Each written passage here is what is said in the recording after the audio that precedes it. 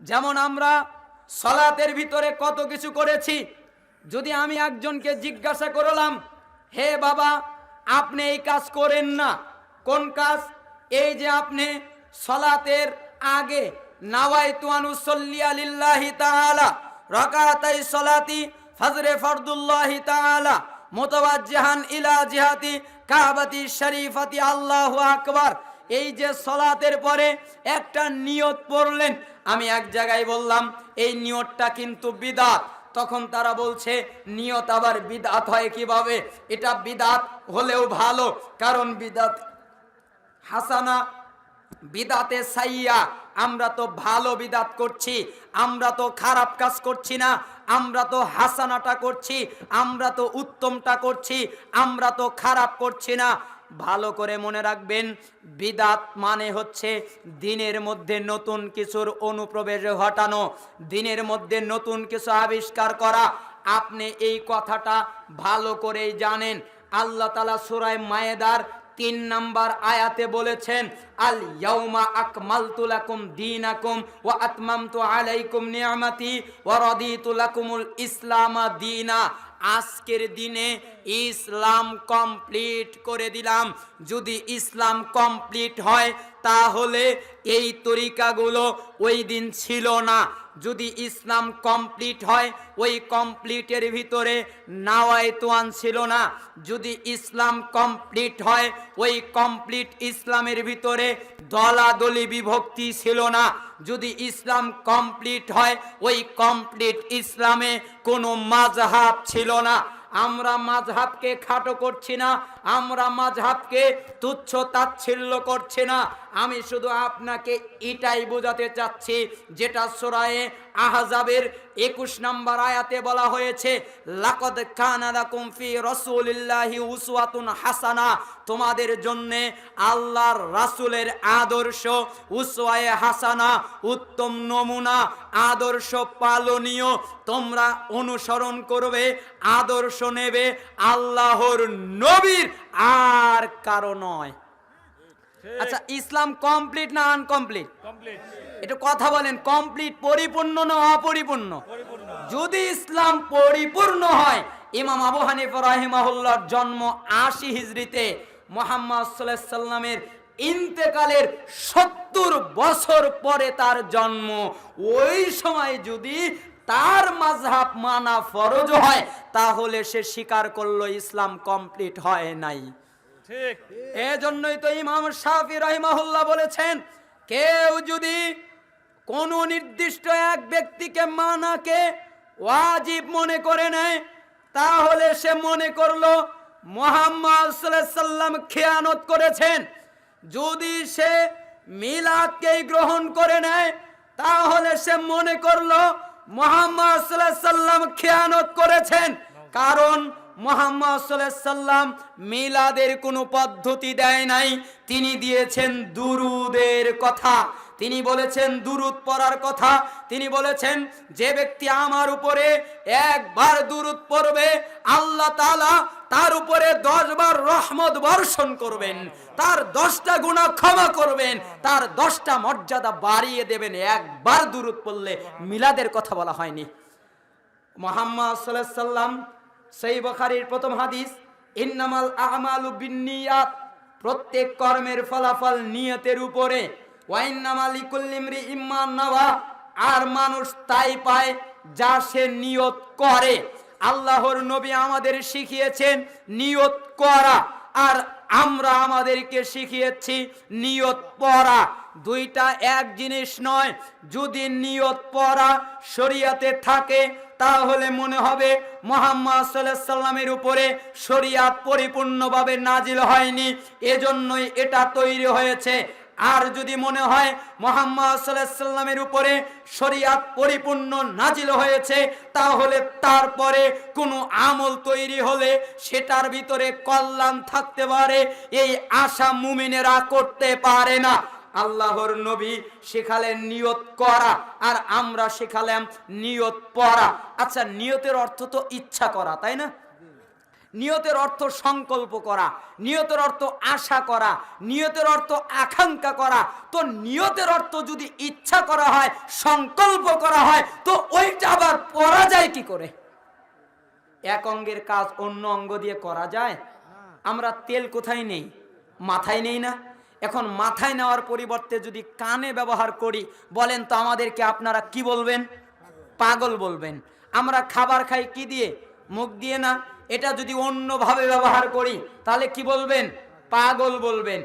এক অঙ্গের কাজ যদি আর এক অঙ্গ দিয়ে করি, আল্লাহ তাআলা হাঁটার জন্য দিয়েছেন। আমি বললাম পা দিয়ে না হেঁটে হাত দিয়ে হাঁটবো, ব্যায়াম শিখে হাত দিয়ে হাঁটা শুরু করলাম, তাহলে আপনারা কি বলবেন? যে লোকটা একটা পাগল, বেকুব। এক অঙ্গের কাজ আর এক অঙ্গ দিয়ে করে। ঠিক নিয়তের অর্থ ইচ্ছা করা, যেটা অন্তরের কাজ সেটা জবান দিয়ে করা যায় না। যেটা অন্তরের কাজ সেটা অন্তর দিয়ে করতে হয়, জবান দিয়ে করলে। ঠিক এক অঙ্গের কাজ আর এক অঙ্গ দিয়ে করলে যেভাবে বলা হয় পাগল, অন্তরের কাজ জবান দিয়েও করলে তাকেও বলা হয় পাগল। ঠিক। আপনি বলবেন কথাটা এত ভারী বললেন কেন? আপনাকে আমি কষ্ট দেওয়ার জন্য বলিনি, শুধু আপনার মানহাজ, আপনার চিন্তাকে পরিবর্তন করার জন্য কথা বলেছি। আপনি বললেন আমি মসজিদে ঢুকলাম, এখন ফজরের সালাত পড়ব, যদি নিয়তি না করি আমি কেমনে বুঝবো যে এখন সুন্নাত পড়ছি না ফরজ পড়ছি? তখন আমি বললাম একটা বাসন আনলেন, এরপরে প্লেট আনার পরে এক জায়গায় কমলা, এক জায়গায় আঙ্গুর, এক জায়গায় বেদেনা, এক জায়গায় আপেল, এক জায়গায় ডালিম, এভাবে বিভিন্ন ফল দিয়ে সাজিয়ে দেওয়া হলো। আমার সামনে যখন আসলো তখন আমি বলছি আঙ্গুর খেলাম, বেদানা খেলাম, কমলা খেলাম, আপেল খেলাম। কি বলবেন? পাগল বলবেন না? পড়তে হয় না তো, বলতে হয় না, অন্তর চক্ষু দেখেই বুঝে ফেলেছে যে এটা বেদানা না কমলা না আপেল না কি। আমার মুখে নেওয়ার আগে চক্ষু দেখেই বুঝে ফেলেছে। আপনি যখন মসজিদে ঢুকবেন, আপনার যখন আজান শুনবেন, আপনি এমনিতেই বুঝবেন সুন্নাত পড়ছি না ফরজ পড়ছি, ওটা আর পড়তে হবে না। এক অঙ্গের কাজ আর এক অঙ্গ দিয়ে হয় না। কমপ্লিট দিনের ভিতরে নতুন কিছু আবিষ্কার হয় না। আমরা ওই নীতি, ওই মানহাজ ফলো করি। আমরা পৃথিবীর কোনো ব্যক্তিকে, কোনো মানুষকে অত সম্মান দেই না যত সম্মান আল্লাহর নবীকে দিয়ে থাকি। আমরা পৃথিবীর কোনো মানুষের আনুগত্য করাকে ফরজ মনে করি না। আমরা শুধুমাত্র একজন ব্যক্তির আনুগত্যকেই ফরজ মনে করি, তিনি হচ্ছেন মুহাম্মদুর রাসূলুল্লাহ সাল্লাল্লাহু আলাইহি ওয়াসাল্লাম। আবু হানিফা রাহিমাহুল্লাহ জীবনে নিয়ত শেখায়নি। আবু হানিফা রাহিমাহুল্লাহ জীবনে কোনোদিন নিয়ত পড়েনি। যদি বলেন পড়েছে, কোথায় পড়েছে বলেন? হিদায়ায়, দিরায়ায়, ফতোয়ায়ে আলমগিরি, ফতোয়ায়ে শামী, ফতোয়ায়ে কি হিন্দিয়া, কোন ফতোয়ায় কোন জায়গায় সনদ সূত্রে বিশুদ্ধভাবে ইমাম আবু হানিফা পর্যন্ত সনদ আছে, যাতে কোনো ভুল ত্রুটি নেই, এমন একটা সনদ আপনারা দেন যে ইমাম আবু হানিফা রাহিমাহুল্লাহ নাওয়াইতুয়ান পড়েছে? তার সময় এটা ছিল না। ইমাম শাফি এটা দেখে নাই, ইমাম মালিক এটা দেখে নাই, ইমাম আহমদ ইবনে হাম্বল এটা দেখে নাই। আর আজকে যদি আমরা বলি যে তোমরা এটা করো না, আল্লাহর নবীরটা নাও, তখন উল্টা আমরাই নাকি ফিতনাবাজ হই। তোমরা দলাদলি খুলছো, তোমরা দল তৈরি করছো, তোমরা ভাগাভাগি করছো। আর আমরা যদি বলি কোনো দলই নয়, কোনো ভাগাভাগি নয়, কোনো ব্যক্তি নয়, একজনকেই মানবো, মুহাম্মদুর রাসূল সাল্লাল্লাহু আলাইহি সাল্লাম, এছাড়া কাউকে মানবো না, তখন আমরা হই ফিতনাবাজ। তোমরা দলাদলি করার সময় ফিতনাবাজ হও না, আর আমরা দল ভাঙার কথা বললে হয়ে যাই ফিতনাবাজ। তোমরা তরিকা বানানোর সময় ফিতনাবাজ হও না, আর আমরা তরিকা ভাঙতে বললে হই ফিতনাবাজ। তোমরা কোনো ব্যক্তিকে মানো, আর আমরা আল্লাহর নবীকে মানলে হই ফিতনাবাজ। তোমরা কোথায় থেকে কথা বলো তার আগাগোড়া খুঁজে পাওয়া যায় না, আর আমরা দলিল প্রমাণের আলোকে কোরআনের আয়াত নাম্বার এত, হাদিসের হাদিস নাম্বার এত, ফতোয়ার ফতোয়া নাম্বার এত, ইমাম আবু হানিফা এটা বলেছেন, দলিল প্রমাণ দিয়ে বললেও আমরা হয়ে যাই ফিতনাবাজ। ঠিকই আছে, তোমাদের ভিতরে যাদের অজ্ঞতা, তোমাদের ভিতরে যাদের মূর্খতা, তোমাদের ভিতরে যাদের জাহালত, তোমাদের সামনে আমরা ফিতনাবাজি। ঠিক। তোমাদের কাছে আমরা ঐক্যর সৈনিক হতে পারবো না, তোমাদের কাছে ফিতনাই মনে হবে, কারণ তোমরা ফিতনার সাথেই জড়িত হয়ে গেছো। তোমরা ফিতনার সাথে জড়িত হয়ে বিভক্ত হয়ে মুসলিম জাতিকে খণ্ড বিখণ্ড করেছো, আর আমরা ঐক্য করতে গেলে কও ফিতনাবাজ। আজকে মুসলমানের কি অবস্থা? ইসলাম কমপ্লিট হয়ে গেছে, কমপ্লিট ইসলামের নতুন কিছু ঢোকে না, বাড়ে না। কমপ্লিট তো বোঝেন, তাই না? পরিপূর্ণ। পরিপূর্ণ। এই গ্লাসটা যদি আমি নেই, ধরেন এটা একটা গ্লাস, এটা বোতল, এটা তো পরিপূর্ণ, তাই না? পরিপূর্ণ। এর ভিতরে কি পানি রাখা যাবে? আর যদি আমি বলি যে আমি আর একটু পানি এখানে রাখবো, তো কি করব? ওইখানে ফেলে দিতে হবে, অথবা রেখতে গেলে পানি পড়ে যাবে। ঠিক ইসলাম কমপ্লিট। যদি আপনি নতুন কত আমল আবিষ্কার করতে চান, তাহলে ইসলামে যেই আমল আছে ওই আমল পড়ে যাবে। আপনি যদি নতুন কোন তরিকা পদ্ধতি আবিষ্কার করতে চান, তাহলে কমপ্লিট ইসলাম থাকবে না। আবার বলে বিদাত, বিদাত ইবাদত নাকি বিদাত হয়, দোয়া নাকি বিদাত হয়। কিছুদিন আগে আপনাদের এলাকায় মনে আছে, একজন আমাকে প্রশ্ন করলো, আর দোয়া হুয়াল ইবাদাত, দোয়াটাই হলো ইবাদাত। তখন আমি বললাম, আপনার কথা ঠিক আছে, দোয়াটা ইবাদাত, এ কথা ঠিক আছে, কিন্তু একটা ব্যক্তি যখন মাজারে গিয়ে বলবে, হে আমার বাবা আমাকে একটা সন্তান দেন, এটা দোয়া না? দোয়া না। তাহলে এই দোয়ার নাম কি? শিরক। এটাও দোয়া, তবে এই দোয়ার নাম কি? শিরক। নিয়ম মাফিক যদি করা হয় তাহলে ওটা দোয়া ইবাদত। আবার শিরকি কায়দায় যদি করা হয় তাহলে ওই দোয়ার নাম শিরক। আবার যদি বিদাতি কায়দায় করা হয় তাহলে ওই দোয়ার নাম বিদাত। বিদাত হয় তিন অবস্থায়। কয় অবস্থায়? জটিল কঠিন না, সহজ ভাষায় বোঝেন। বাড়ালে হয় বিদাত, কমালে হয় বিদাত, চেঞ্জ করলে হয় বিদাত। আল্লাহ তাআলা যে ইসলাম দিয়েছে তার থেকে যদি বাড়িয়ে দেন, আল্লাহর ইসলাম থাকবে? অথবা যদি কমিয়ে দেন, আল্লাহর ইসলাম থাকবে? অথবা যদি চেঞ্জ করেন, আল্লাহর ইসলাম থাকবে? তার মানে বিদাত হয় বাড়ালে, বিদাত হয় কমালে, বিদাত হয় চেঞ্জ করলে। আমরা যদি আপনাদেরকে বলি ফরজ সালাতের পরে মুনাজাত করেন না, তখন আপনারা উল্টা আমাদের বলেন ফিতনাবাজ। আমরা কেন বলি? আমরা রাসূলের আনুগত্যেই থাকতে চাই, আমরা তার নীতি আদর্শ মানতে চাই। আল্লাহর নবী জীবনে কোনো দিন ফরজ সালাতের পরে মুনাজাত করে নাই, বরঞ্চ তিনি যখন ফরজ সালাত শেষ হতো তখন বলতেন, কোন বর্ণনায় আল্লাহু আকবার, আবার কোন বর্ণনায় তিনবার আস্তাগফিরুল্লাহ আস্তাগফিরুল্লাহ আস্তাগফিরুল্লাহ। তিনবার যদি পড়ে তাহলে আল্লাহ তাআলা তার গুনাহ ক্ষমা করে দেন। সুবহানাল্লাহ, আলহামদুলিল্লাহ, আল্লাহু আকবার 33 বার, লাস্টে আল্লাহু আকবার 34 বার দিয়ে 100 পূর্ণ, অথবা লা ইলাহা ইল্লাল্লাহু ওয়াহদাহু, ওই দোয়া দিয়ে 100 পূর্ণ যদি কেউ করে, তাহলে তার গুনাহ যদি সমুদ্রের ফেনার মতো হয় তবু আল্লাহ ক্ষমা করে দেয়।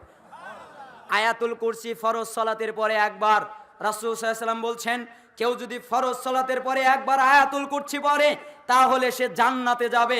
মাঝখানে বাধা হলো মৃত্যু, মানে মৃত্যু হলেই সে জান্নাতে চলে যাবে।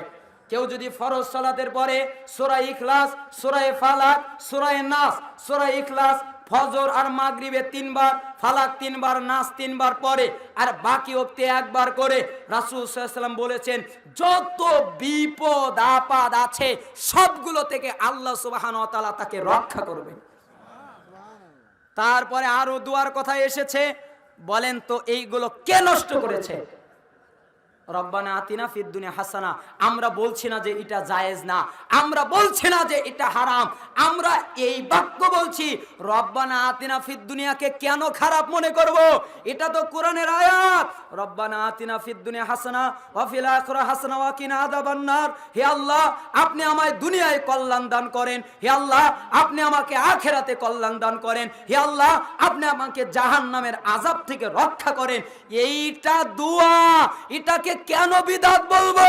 আরে বোঝেন, বিদাত বাড়ালে হয়, বিদাত কমালে হয়, বিদাত চেঞ্জ করলে হয়।